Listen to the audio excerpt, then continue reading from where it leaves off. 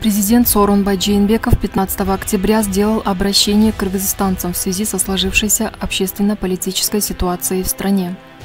Текст обращения главы государства распространила пресс-служба президента.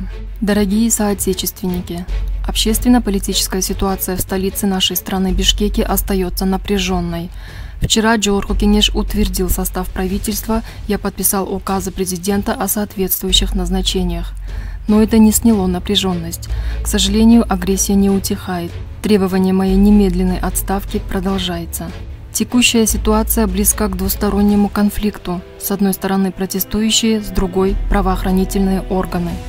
Военнослужащие и правоохранительные органы обязаны применять оружие для защиты государственной резиденции. В этом случае прольется кровь. Это неизбежно. Я призываю обе стороны не поддаваться провокациям. Дорогие мои соотечественники, для меня мир в Кыргызстане, целостность страны, единство нашего народа и спокойствие в обществе превыше всего. Нет ничего дороже для меня жизни каждого моего соотечественника. Я не держусь за власть, не хочу остаться в истории Кыргызстана как президент, проливший кровь и стрелявший в собственных граждан. Поэтому принял решение уйти в отставку.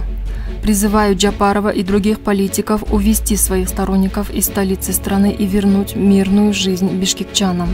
Никакая власть не стоит целостности нашей страны и согласия в обществе. Да хранит нас всех Всевышний, пусть будет мир и спокойствие на нашей земле.